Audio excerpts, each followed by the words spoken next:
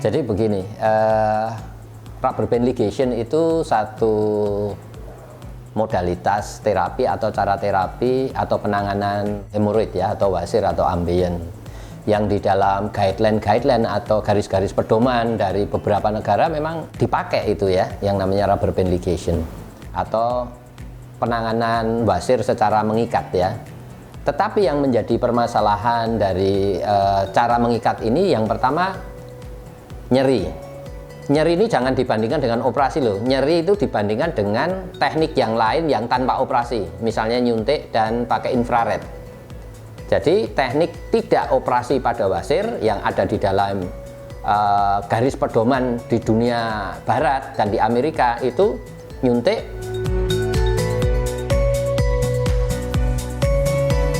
infrared koagulasi, dan mengikat.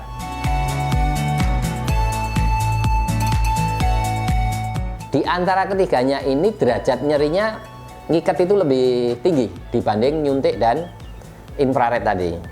Nah, itu menjadi satu permasalahan. Yang kedua, itu kalau sesudah diikat, hari keempat, hari ketujuh sudah diikat itu hemoroidnya akan lepas ya, hemoroid yang diikat ini. Kadang-kadang menjadikan perdarahan. Itu yang menjadi problem. Dan problem yang ketiga yaitu angka kekambuhan. Mengapa? Angka kekambuhan itu berdasarkan besar kecilnya juga hemoroid ya. Kalau hemoroidnya hanya sedikit yang keikat, maka dia mudah lepas ya.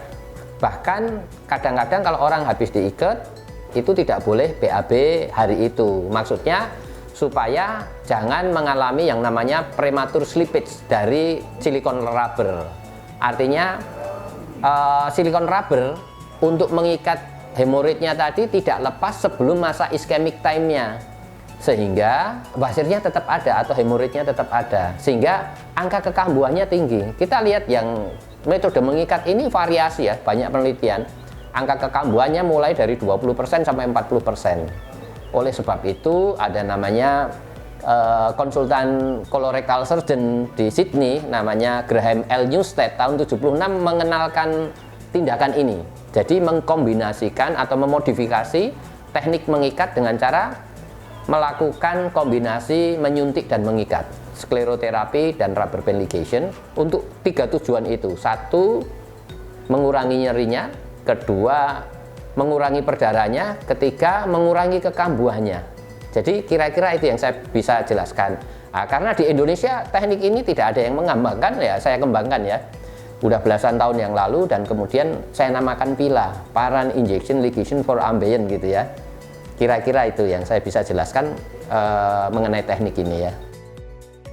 Suntikan pertama itu disuntik submukosa di bawah selaput lendir dari anus, di atas dari linea dentata, di mana kita tahu secara anatomis 1 cm di atas linea dentata itu 100% cabang arteri hemoroid superior yang menjadi titik tangkap kita menangani wasir supaya aliran darahnya tidak grojok di benjolan wasirnya atau benjolan hemoroid atau anal cushion itu harus kita lakukannya di situ.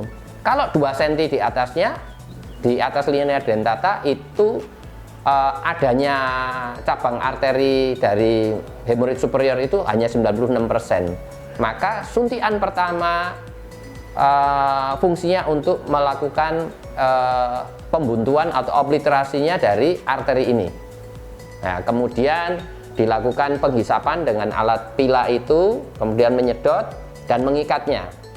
Sesudah terikat, maka benjolan yang sudah terikat itu akan kita suntik.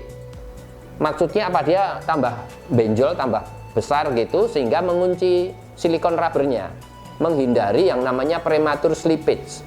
Prematur lepasnya silikon rubber ini secara prematur, entah orangnya mengejan atau BAB hari itu sebelum masa ischemic time-nya, sehingga kalau sebelum masa ischemic time-nya dia masih dapat aliran darah, kalau ini lepas ya nggak ada artinya mengikatnya itu. Kira-kira itu. Kemudian kombinasi teknik ini, kalau yang saya namakan PILA ini, dia untuk meningkatkan efektivitasnya, menurunkan angka kekambuhan dengan cara mengkombinasi. Jadi artinya bahwa PILA teknik ini harapannya capaiannya di atas efektivitas dari hanya mengikat saja. Di samping ada hal yang namanya mengurangi nyerinya, mengurangi perdarahannya, tetapi yang namanya efikasinya dalam penelitian kekambuhannya 10 sampai 15% ya. Kalau 10 sama 15% itu hampir sama dengan tindakan operasi ya. Dan yang paling menarik bahwa kalau kambuh tinggal diulang, sangat mudah diulang. Dan penelitian mengatakan repeat bending, pengikatan yang diulang kalau misalnya kambuh dalam setahun itu setara dengan Halrar ya, teknik Halrar. Dan ini ada namanya di Eropa, European Trial yang namanya Hubble Trial. Itu tahun 2016 di Lancet dimuat bahwa membandingkan antara Halrar dengan mengikat ya, dengan rubber band ligation, mana lebih cost efektif. Ternyata rubber band ligation lebih cost efektif, murah dan efektif, walaupun harus dilakukan repeat bending ya. Kalau satu kali dikerjakan ya tentunya Halrar lebih baik ya, tetapi mahal. Tetapi kalau ini mudah diulang kalau kambuh. Kalau dihitung dengan terminologi waktu 1 tahun recurrence rate-nya, ini cost efektif rubber band ligation ini dibandingkan Halrar. Ini penelitian Hubble ya, bukan penelitian saya ya, yang dilakukan di belasan rumah sakit di Inggris ya, yang dikepalai oleh Profesor Brown, seorang colorectal surgeon konsultan ya. Jadi gini, kapan kita mengikat 1, 2, atau 3 tergantung kebutuhan pasien ya. Triple bending atau mengikat 3 tempat itu biasanya saya lakukan kalau prolapsnya sirkuler.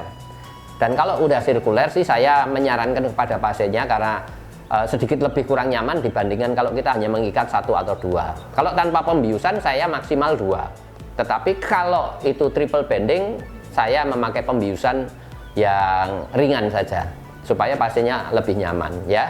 Jadi PILA bisa menjadi pilihan pertama untuk derajat 1 dan derajat 2 dan menjadi pilihan alternatif jika operasi itu kontraindikasi pada derajat 3 dan derajat 4. Jelas ya, ini sesuai dengan kaidah guideline dari The European Society of Coloproctologists yang terbaru tahun 2020.